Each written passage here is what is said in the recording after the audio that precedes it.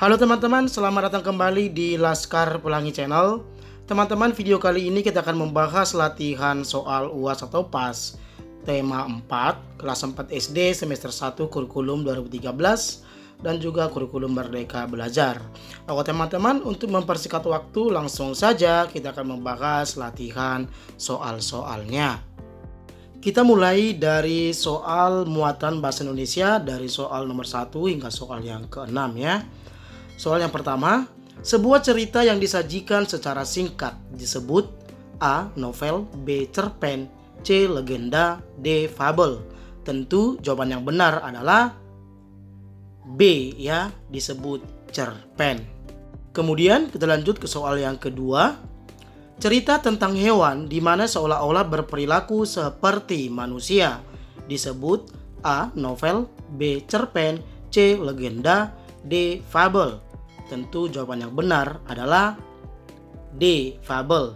Fabel adalah cerita dongeng yang mana tokohnya berupa hewan, yang mana hewan tersebut seolah-olah atau berperilaku seperti manusia ya. Kita lanjut ke soal yang ketiga. Berikut ini yang bukan merupakan unsur intrinsik dalam cerita adalah A. Tema, B. Pesan moral, C. Tokoh, D. Pengarang. Tentu jawaban yang benar adalah D. Pengarang. Jadi pengarang bukanlah unsur intrinsik dalam sebuah cerita pendek. Kemudian soal yang keempat. Rangkaian atau jalannya sebuah cerita disebut A. Setting, B. Alur, C. Amanat, D. Konflik. Tentu jawaban yang benar adalah B ya, disebut alur. Jadi alur adalah rangkaian atau jalannya sebuah cerita. Kita lanjut teman-teman ke soal yang kelima. Pesan yang terkandung dalam sebuah cerita disebut A. Watak, B. Amanat, C. Alur, D. Antagonis. Tentu jawaban yang benar adalah B ya, disebut amanat. Jadi amanat itu pesan yang terkandung dalam sebuah cerita. Kita lanjut ke soal yang keenam. Puncak dari sebuah pertikaian dalam sebuah cerita disebut tahap A. Klimaks, B. Anti klimaks, C. Eksposisi, D. Penyelesaian. Tentu jawaban yang benar adalah A ya, disebut tahap klimaks. Kemudian teman-teman soal yang ketujuh. Kita masuk ke muatan PPKN ya, dari soal yang ke-7 hingga ke soal yang ke-12. Dasar negara Indonesia adalah A. Pancasila, B. Bhinneka Tunggal Ika, C. Undang-Undang Dasar 1945, D. NKRI. Tentu jawaban yang benar adalah A ya, Pancasila. Jadi Pancasila itu merupakan dasar negara Indonesia. Kita lanjut ke soal yang ke-8. Di bawah ini adalah makna sila pertama, kecuali A. Percaya adanya Tuhan, B. Dibebaskan memeluk agama masing-masing, C. Menjenguk tetangga yang sakit, D. Toleransi antar umat beragama. Tentu jawaban yang benar adalah C ya, menjenguk tetangga yang sakit bukanlah makna dari sila pertama, melainkan dari sila penerapan sila kedua Pancasila. Oke teman-teman, kita lanjut ke soal yang ke-9. Perilaku yang sesuai dengan sila kedua Pancasila di lingkungan sekolah adalah A. Selalu tertib dalam menjalankan ibadah, B. Mengikuti upacara bendera dengan tertib, C. Tidak membeda-bedakan dalam memilih teman, D. Berbagi makanan kepada teman lain dengan sama rata. Tentu jawaban yang benar adalah C ya, tidak membeda-bedakan dalam memilih teman. Kemudian ke soal yang ke-10. Mata rantai yang saling berkaitan pada lambang sila kedua melambangkan A. Hubungan manusia satu dengan pemimpinnya, B. Hubungan manusia satu dengan yang lainnya yang perlu bersatu, C.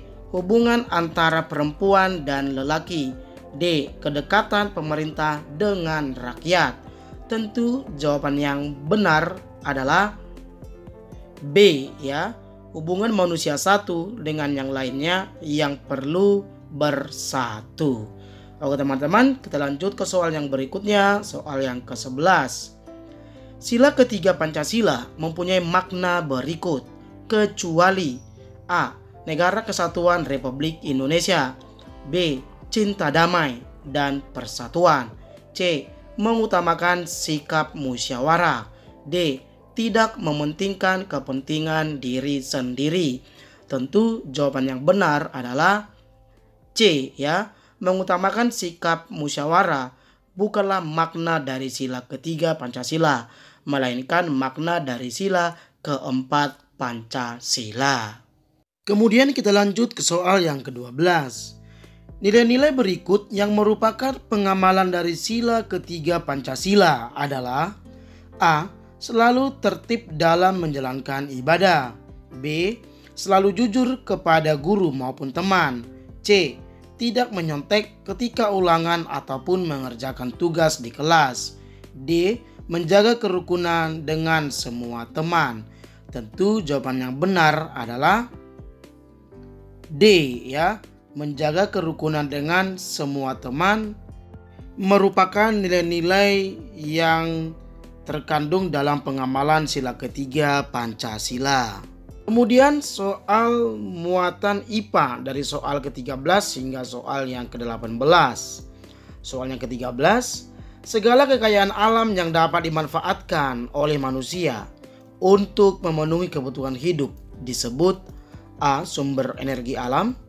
B. Sumber kekayaan alam. C. Sumber kekuatan alam. D. Sumber daya alam. Tentu jawaban yang benar adalah D ya, disebut sumber daya alam. Kemudian soal yang ke-14. Di bawah ini manfaat tanaman bakau kecuali A. Mencegah abrasi. B. Mengurangi volume air dalam laut. C. Menahan gelombang air laut ke darat. D. Mengurangi dampak bencana akibat gelombang laut. Tentu jawaban yang benar adalah B ya. Mengurangi volume air dalam laut bukanlah manfaat dari tanaman bakau. Kemudian soal yang ke-15. Gambar berikut ini merupakan salah satu cara menangkap ikan yang tidak benar. Hal tersebut mengakibatkan A. Air laut semakin jernih. B. Tumbuhan semakin subur. C. Banyak terumbu karang yang rusak. D. Nelayan semakin mudah menangkap keesokan harinya. Tentu jawaban yang benar adalah C ya. Banyak terumbu karang yang rusak. Kemudian soal yang ke-16. Menggunakan bungkus bekas minuman saset untuk dibuat kerajinan berupa tas merupakan contoh kegiatan A. Reduce. B. Reuse. C. Recycle. D. Replace. Tentu jawaban yang benar adalah C ya. Merupakan contoh kegiatan recycle. Nah, recycle ini teman-teman adalah kegiatan yang mana mendaur ulang barang-barang bekas menjadi barang baru ya. Kemudian soal yang ke-17. Mengurangi penggunaan barang-barang yang menghasilkan sampah disebut A. Recycle. B. Replace. C. Reuse. D. Reduce. Tentu jawaban yang benar adalah D ya, disebut reduce. Jadi reduce adalah mengurangi penggunaan barang-barang yang menghasilkan sampah plastik ya. Misalnya seperti ketika kita ke pasar kita menggunakan tas belanjaan ya. Kita lanjut ke soal yang ke-18. Mendaur ulang kembali barang-barang yang telah digunakan disebut A. Recycle. B. Replace. C. Reuse. D. Repair. Tentu jawaban yang benar adalah A ya, disebut recycle. Jadi recycle adalah kegiatan mendaur ulang kembali barang-barang yang telah digunakan. Kita lanjut ke soal yang berikutnya, kemuatan IPS dari soal ke-19 hingga ke soal 24. Soalnya ke-19, kegiatan yang dilakukan manusia untuk memenuhi kebutuhan hidup disebut A. Kegiatan ekonomi, B. Kebutuhan, C. Kehidupan, D. Kegiatan pemenuhan. Tentu jawaban yang benar adalah A, ya, disebut kegiatan ekonomi. Kemudian soal yang ke-20, secara urut kegiatan ekonomi adalah A. Konsumsi, distribusi, produksi, B. Produksi, konsumsi, distribusi, C. Distribusi, produksi, konsumsi, D. Produksi, distribusi, dan konsumsi. Tentu jawaban yang benar adalah D, ya, produksi, distribusi, konsumsi. Jadi teman-teman, secara urut kegiatan ekonomi itu yang pertama adalah produksi. Nah, setelah barang diproduksi, kemudian didistribusi, disalurkan, kemudian konsumsi, memakai, menggunakan, menghabiskan, ya, dan mengurangi nilai guna suatu barang. Oke, kita lanjut ya ke soal yang ke-21. Kegiatan menambah nilai guna suatu barang atau menghasilkan barang baru disebut kegiatan A. Produksi, B. Distribusi, C. Produsen, D. Konsumsi. Tentu jawaban yang benar adalah A, ya, disebut kegiatan produksi. Kita lanjut ke soal yang ke-22. Kegiatan menyalurkan barang hasil produksi dari produsen ke konsumen disebut kegiatan A.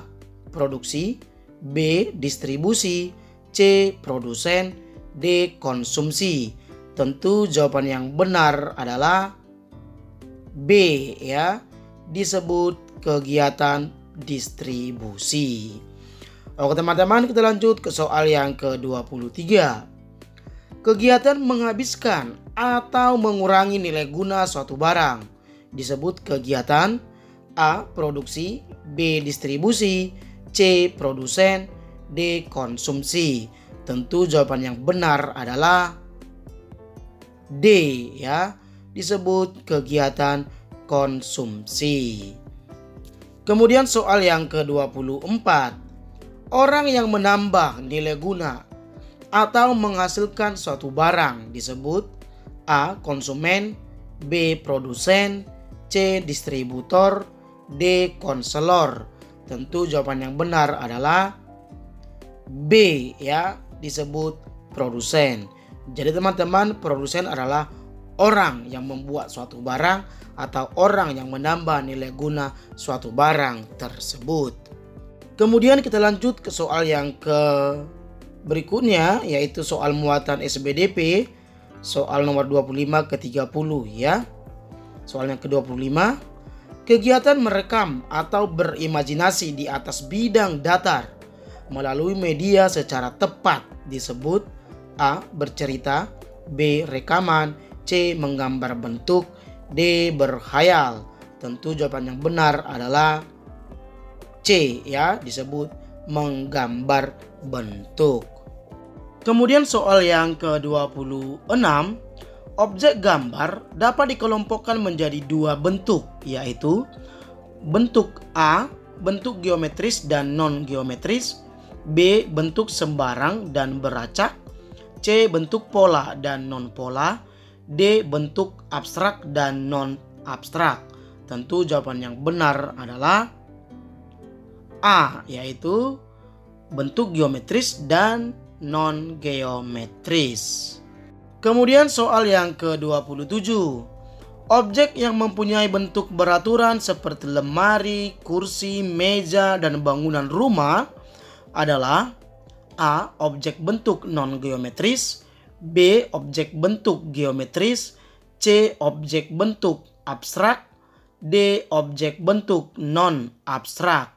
Tentu jawaban yang benar adalah B, ya, objek bentuk geometris. Kita lanjut ke soal yang ke-28. Sebelum membuat gambar, sebaiknya kita membuat titik-titik gambar terlebih dahulu. A. Judul, B. Sketsa, C. Warna, D. Deskripsi. Tentu jawaban yang benar adalah B ya. Kita membuat sketsa gambar terlebih dahulu. Kemudian soal yang ke-29.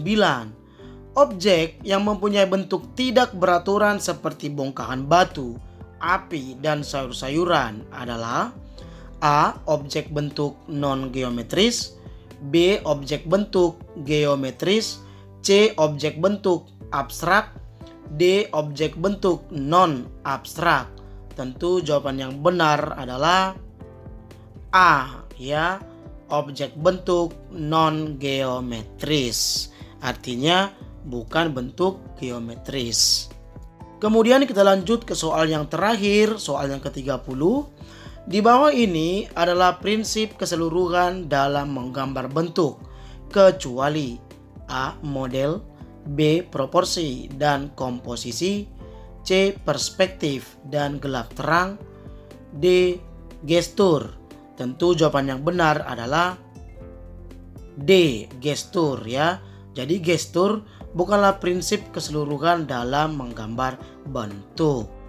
Oke teman-teman, demikian pembahasan latihan soal tema 4 seluruh mata pelajaran ya, kelas 4 SD semester 1 kurikulum 2013 dan juga kurikulum Merdeka Belajar. Oke teman-teman, sampai jumpa di lain video ya.